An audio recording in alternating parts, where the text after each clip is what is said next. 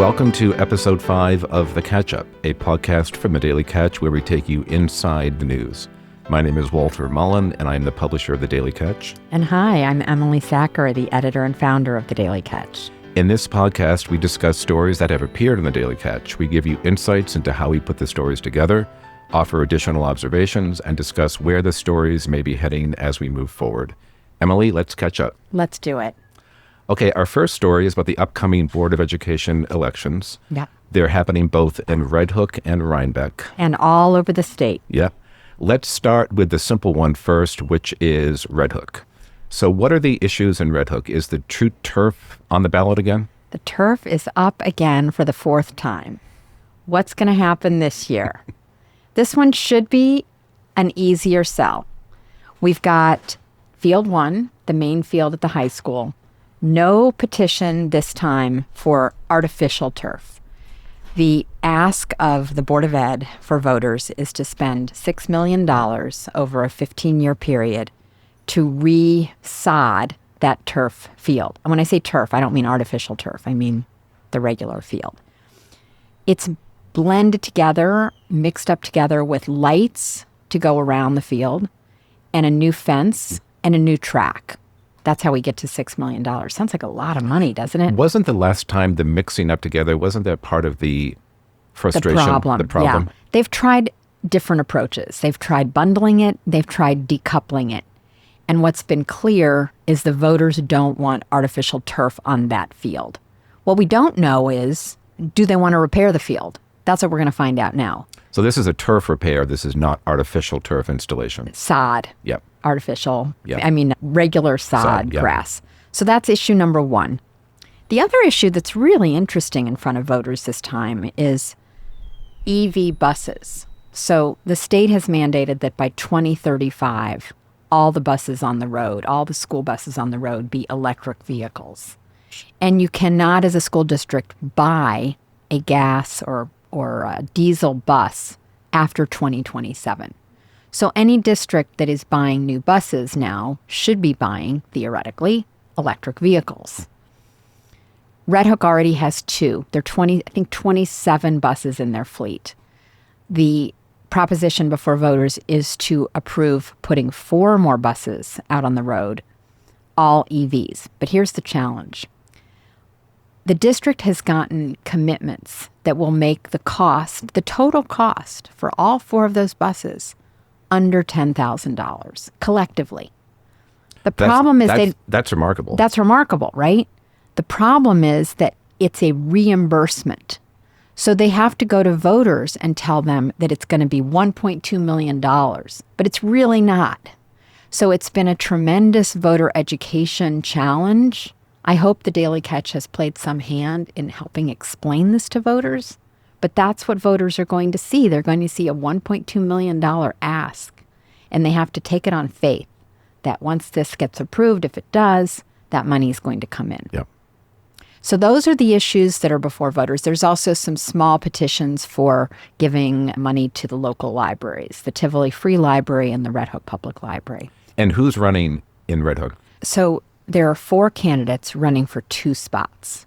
And 2 of those candidates are incumbents, Charles Kachigian and Kelly Borelli. They're already on the board. And then there are 2 newcomers, Patrick Boyd, who is the brother of the principal of the Mill Road Elementary School, and Robert Tynes, who works at the Bard Prison Initiative at Bard College. And we'll see what happens in that election. So in Red Hook, we have 4 candidates running for 2 spots. In Rhinebeck, however, we have 9 candidates running for 4 spots. So it's roughly the same ratio, but 9 candidates is a lot of candidates for voters to keep track of. Yeah. And the Rhinebeck election is interesting for so many reasons. This is the first time that we know of that the Rhinebeck Teachers Association, the union of school teachers in Rhinebeck, of which there are about 100, has made endorsements in the race. And they've endorsed 4 candidates, and they have not endorsed the 2 incumbents. So while in Red Hook, one of the incumbents was endorsed, Kelly Borelli, in the case of Rhinebeck, neither of them was. So that's Juliette Gorman and Steve Jenkins, who's now the president of the board, not endorsed by the school board. That sends a signal. That sends a signal. And one of the things we'll be looking for is, what meaning does that endorsement have? Where do the voters go with this election? So we'll just have to see. So it's going to be a very hot night, I think, that night. There's going to be a lot of interest in what comes down that night. And what are the issues the voters are going to be thinking about in their mind as they cast those ballots? Yeah.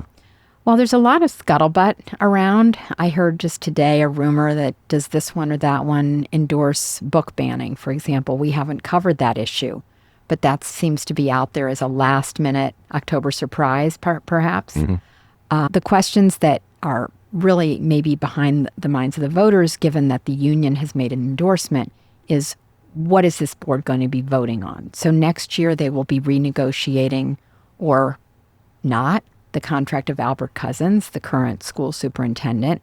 In 2027, which is 2 years from now, but within the term of these next elected officials, they'll be negotiating a new teacher's contract. These are 4-year terms. So the people we elect today, even if there are very few issues right now in 2025, will be faced with issues in 2026 and 2027. So those are things that will probably be on the minds of voters, that probably should be on the minds of voters.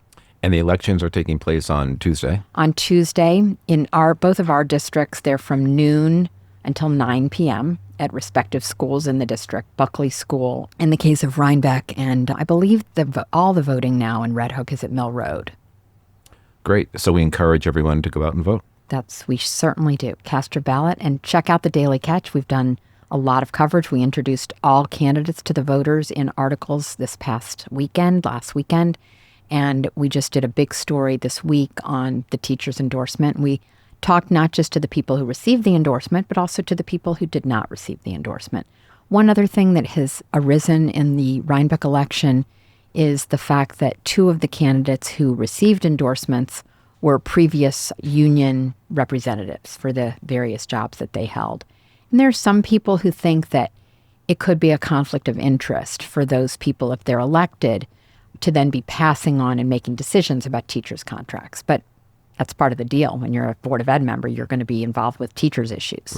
Right. Yeah. So let's move on. Let's jump over to Red Hook, where we had some drama this week involving the village board. So tell us what happened. Yeah. So let's just take a step back for a minute. There's been, as you know, a very hot issue going on in Red Hook, which is, in the village, the wastewater treatment plant is failing. And the village leadership, Mayor Karen Smythe, has jumped in to try to rectify the problem. They fired the operator. They brought in a new operator, at least temporarily, to try to get things under control. The plant is in violation of both State Department of Environmental Conservation regulations and, by extension, EPA regulations. So it's a crisis. And it's a very young board, by which I mean fairly inexperienced people managing it. Several days ago, Kim Bradley Ricard, herself a newcomer, she's been on the board for 2 years, announced suddenly her resignation. And she read a scathing letter to the board. I would encourage all of our listeners to check it out, in which she essentially argued that there was a bit of a Mean Girls clique going on. That's my language, not hers. But that she felt there is a we versus them mentality, not just in the way that she was working opposite the village board members, but also the way the village board is setting itself up with the community. The mayor was seemingly stunned by the announcement, did not expect it, did not see it coming, apologized to Kim for how she felt, but refused to go further, declined to go further and discuss why she felt, or why Kim might have felt this way. And Kim, for her part, declined to give further elaboration. So we don't know precisely why she made these statements, what issues, but she did intimate in conversations with us that it was recent, which tells us that the issues are the ones involving the wastewater treatment plant.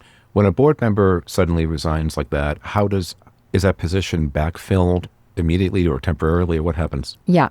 So the position will be filled temporarily until the next official election, which is in March of 2026. So what will happen is Karen will appoint a successor to Kim. And then since Kim's term runs through 2027, there will be somebody elected for a 1-year extension, a 1-year filling out, essentially, of that term. And then there will be an election for the seat as there would ordinarily be in 2027. But to return then to where are we with the leadership of the board right now? So Karen Smythe became mayor in 2021, first by appointment of the former mayor who left in the middle of his term, and then by election. Malcorka Kvarl, and I always screw up her name, pronunciation, Korka, a respected member of the board, is the deputy mayor appointed by Karen Smythe, and she's also relatively new. She was elected in 2021. Another member of the board resigned just recently, Stephen Appenzeller. So we have those 2 resignations just in the last few months, and his position was just filled at election. And then we have a new woman who was just elected to the board. So among the 5 people on the board, the 5 slots, 1 is open, 2 are now filled with newcomers, and 2 are people who've been on the board for 4 years. It's not a deep bench. You're managing a crisis in a community. It's not a great situation up there. And you're managing a crisis that you probably have very little knowledge of. I'm sure they're learning more every day about it, but it's a complicated problem to run a wastewater treatment plant. And as we've discussed on earlier podcasts, it's essential that they get it fixed because the sewer extension project, which it's going to triple or quadruple, actually, the capacity of the current wastewater treatment plant, is necessary for the big Cookingham East affordable housing project that the town wants to build. The town and the village are inextricably linked right now, and the town needs the village to get this fixed. So it's anybody's guess what goes on next. Just a real quick sidebar on the wastewater plant. What's the next step we're looking at for that story? So we're waiting to see over the next few weeks and maybe even months at this point whether they can clean up what's going on there. They've shut down half the plant and they want to get that back online. And they're waiting to just see if they can get it stabilized. And then they're going to pass it over from the current engineer that they've hired, Delaware Engineering. They're going to pass maintenance responsibility to a part-time employee in the village. So we'll be waiting to see whether they can get it cleaned up. It looks like it's heading in the right direction. That's in terms of the mechanics of the plant. In terms of the community, we're looking at what kind of trust can they rebuild? Can Karen Smythe, the mayor, rebuild with her community, which is now quite frustrated and concerned? And Kim's resignation certainly doesn't help. Yeah, and I've been talking, Walter, over the last few days or so to leaders in other towns to try to understand whether this lack of stability in the leadership team and the village board team is typical and what it means when you have a village board that has had this kind of turnover and instability. And I'm hearing from mayors and supervisors in other communities in Dutchess County that this is indeed a very serious problem. And I hope that we'll be able to pen a story for our readers about this issue very soon. So if listeners want to read Kim's letter, they can go to the Daily Catch, and we have a link to it from our We article. have a link to it from the story. Thank you for asking Great. that. Yes, we do. So let's move on. We call this story internally the gift that keeps on giving, the Red Hook Boat Club saga. Yes. What's the newest updates this week or the past 2 weeks on the Red Hook Boat Club? Well, I hope we won't be obsolete by the time that this podcast runs. Tonight we have the long-awaited public hearing. We're being told to expect a 4-hour public hearing. It starts at 6:30 tonight. We'll be covering it, of course. We'll have a story out before the weekend is up. So we'll be hearing from the community, and what that looks like is anybody's guess. We know that we're going to hear a lot of opposition to the idea of taking the property by eminent domain from members of the boat club, many of whom have already spoken out at public hearings and on Facebook and Instagram and so forth. We're going to be waiting tonight to see if we hear from anybody in favor of eminent domain. Just yesterday, Elizabeth Spinzia, the supervisor for the town of Rhinebeck, came out in a very surprise move and announced her opposition to eminent domain. She's a Democrat. Robert McKeon is a Democrat. They're friends, they're colleagues. They work across on so many issues together. So that was a surprising announcement. She didn't necessarily need to do that, but she chose to. She chose to do that. Yeah. And she also, I think, has talked to him privately about it. But it's an interesting situation because Robert McKeon references that he is responsible for 11,000 citizens. And yet there is certainly some degree of fear, I think, among people to come out and state if they're in favor, which isn't to say that there are a lot of people in favor. But when we had one man who came out about 2 weeks ago at a public meeting of the town board, it was not a hearing, but it was a meeting, and Robert McKeon, during public comment, accepted comments, as he needed to, of course, from members of the public. One man did get up and speak in support. And whether he was there because Robert had asked him to be there or whether he was there of his own volition, he was shouted down. And it was really kind of awful to watch that, no matter what side of this issue you're on. It was discomforting to listen to that.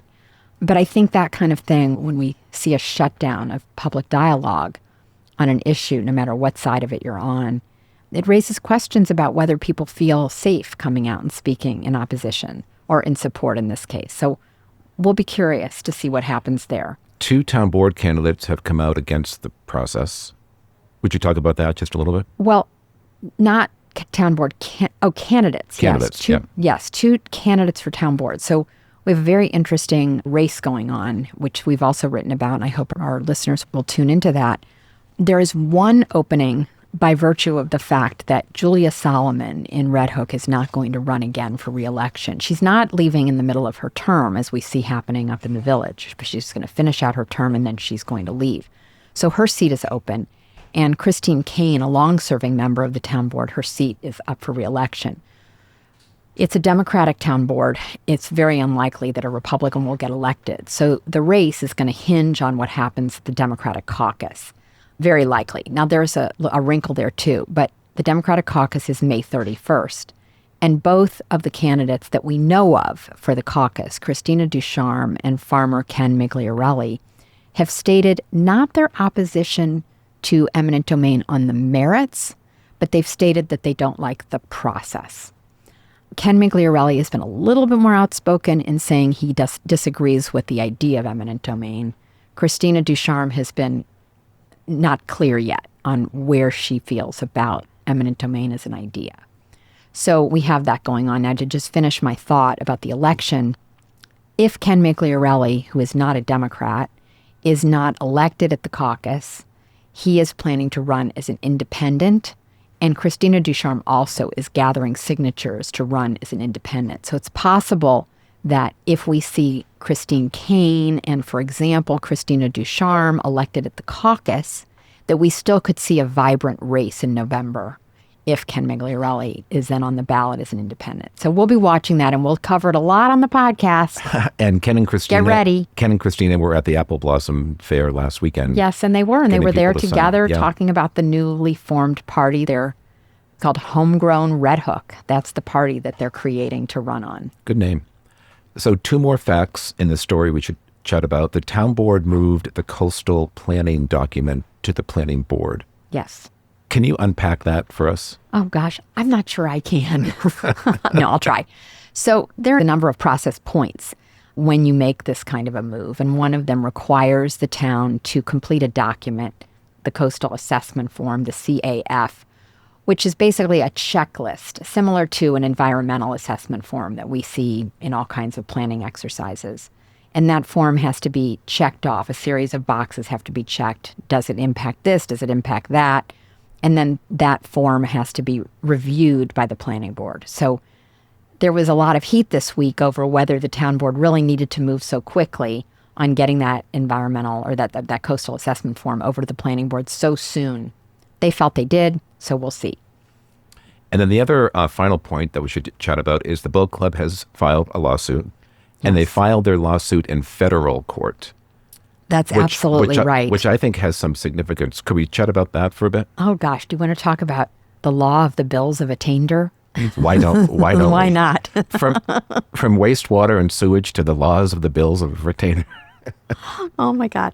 So Article 1, Section 9, Clause 3 of the Constitution prohibits legislative acts that single out specific individuals or an identifiable group for punishment without trial. And this was actually originally put into the Constitution to prevent people from being executed, capital trials, or capital punishment without a trial. But it's being utilized by the litigants in the boat club case to say that they were not given fair notice, that they're being discriminated against as a group. It's a bit of a stretch as a legal argument from what I've heard from experts and attorneys, but they're trying to use it, and they're asking a federal judge to issue an injunction to stop the motion, to stop the move, I should say, by the town in moving forward with eminent domain. If the injunction is not issued, this seems like it will move down the path if McKeon continues to pursue this as an option. One other angle to this story that we chatted about on a recent podcast is the notion of a public-private partnership at the boat club. Is that still a possibility? Is that still on the table? Well, it's so interesting you ask about that, Walter, because just in the last week or so, Robert McKeon has really come out talking about how much he hopes that he can get to a public-private partnership. The boat club says that that's hogwash, that they haven't been approached about a public-private partnership. So it's a little bit of a he said, she said. But wouldn't that appear to be a good compromise? It seems like that could be workable. Yeah. If you drive up there, and a lot of our readers I don't think have been up there, it's in Barrytown. The boat club is behind one of those moving fences. You hold your card up to it, you hold your device up to it, and opens the door, opens the gate. There's very little parking there, and it's going to be interesting if the town does pursue this, how they're going to manage the logistics of this parcel. It's very narrow. It's just, 520 feet or something of riverfront. And as I say, little parking. It's a small area up there. There's not a lot of room to maneuver. The parking could be a real problem. The parking could be a real problem. I was joking with somebody at lunch saying, what do you do? Tell people if your last name ends with A, you get to go on the first of the month. If it ends with B, you get to go the second of the month. Meaning, how do you put 11,000 people up there to use that? So it's going to be interesting to see. And other people argue, look, there are other places to put in a motorboat in the water. You don't need Red Hook. Well, we're taping here at the Rhinecilff studio, and right here in Rhinecilff, there's a launch. There's a launch, yeah. So if you have a motorboat, do you really need to launch it at the boat club? But we'll see. I used to be a member, actually. I kept my kayak up there, and it was nice to be able to just go in there. After the charges went up, it became a little too much money for me, $420 a month, or I think it's now up to $450 or so. It's a fair amount of money. But anyway, it was a very beautiful place to launch a boat from. So there are a lot of moving pieces to the story. Yes. It's the gift that keeps on giving for us. Keeps on giving. So. That's right. That's right. Well, let's close out today's podcast with our top 3, where you and I give a list of 3 recommendations we hope our listeners will enjoy. I'm going to go first. I think you should go first. Okay, my first one is not something new. It is a podcast that dropped in 2019 called Dolly Parton's America. I'm a big Dolly Parton fan, and I listened to this podcast when it first started. It is fascinating. It's 9 hours, 9 parts, 9 hours. Mm-hmm. The podcast, interestingly, was produced by the son of Dolly Parton's doctor. That's how he got access to her. And when he started, he imagined he would get 1 hour's worth of podcast material out of her. Instead, she wanted to keep working with him, and he got a 9-hour podcast. It is fascinating. What I've always said about Dolly Parton is, as cheap and tawdry as she appears, her artistry is as deep and soulful. Oh, and that's what really comes through in this podcast. So it's a fascinating listen. Wasn't she just in the news this week about something related to marriage? An article in the Times about how to have a good marriage or something. Her husband recently died. Oh, so maybe that's why. She was talking about that. But I'm a huge fan. So Dolly Parton's America podcast. You can find it in any place where podcasts. Okay, my second recommendation. I love Market Street Restaurant in Rhinebeck. It's probably one of my favorite Rhinebeck restaurants, and I almost always order the rigatoni with sausage. I try not to, but I almost always get the rigatoni with sausage. And my third recommendation is a book, not a new book. It's a book that came out in 2022, a novel called Demon Copperhead by Barbara Kingsolver. It's a modern day retelling of Charles Dickens' David Copperfield story set in Appalachia. It was a co-winner for the Pulitzer in 2023, and it is a fantastic book. And the reason why I brought it up is because I keep thinking about it. And Winston Churchill once said he doesn't judge a man by a book he reads once, but by a book he reads more than once. So I'm planning to go back and reread Demon Cop. It's a very good book. Oh. It's very funny. It's very smart. And the characters she writes are just really, really rich. Did you read that as part of your book club? We did. Oh. We did. Because you're in a great book club. I've been in a book club in the city for going on 25 years. Amazing. Yep. Absolutely amazing. Yep. Okay. So here are mine. First of all, I get 3.5 today. Okay. Because I followed one of your recommendations, Walter, and I went to Maybe Happy Ending on Broadway. What a fabulous, fabulous show. I'm so glad I went. Everybody should see that. It's just a divine little thing. Okay, that's half. That's my half. I want to recommend Montgomery Orchard's Farm Stand. Just reopened for the season. They've opened for the season? It's always just gives me a little lift when I see the sign up that says we're open for the season. It's just so adorable. And I love that our friend Talia, who runs the Montgomery Orchard's apple orchard, she brings in not only her apples and of course, but her pies. And it's just a splendid, splendid place. And they do a really good job of merchandising all the food. Yeah. It's a pleasure. It's a pleasure to shop there. Yeah. Okay, so that's my kind of experience recommendation. One other thing which I like about Montgomery, almost everyone who works there is a woman, which I just like. In the front of house area, That's which I just lovely. sort of like. Yeah. I'm also going to make a recommendation from my husband because can I admit something? I don't like avocados, but he does. And he recommends, these are the items, the avocado, jalapeno, pickled shallot, cherry tomato, watermelon radish, sprouts, and pecorino something on brioche bread at Mighty Donuts. I guess it's like a sandwich. So this is one of Mighty Donuts' sandwiches. Yes. Read it again. Avocado, jalapeno, pickled shallots, cherry tomatoes, watermelon radish, sprouts, and pecorino on a brioche bun from Mighty Donuts. Sounds good. Now, they have a lot of good stuff up there. So maybe another episode, I'll give you some other things. Okay, great. And then my third thing is a television show. I didn't know you watch television. I know. This is my dirty little secret.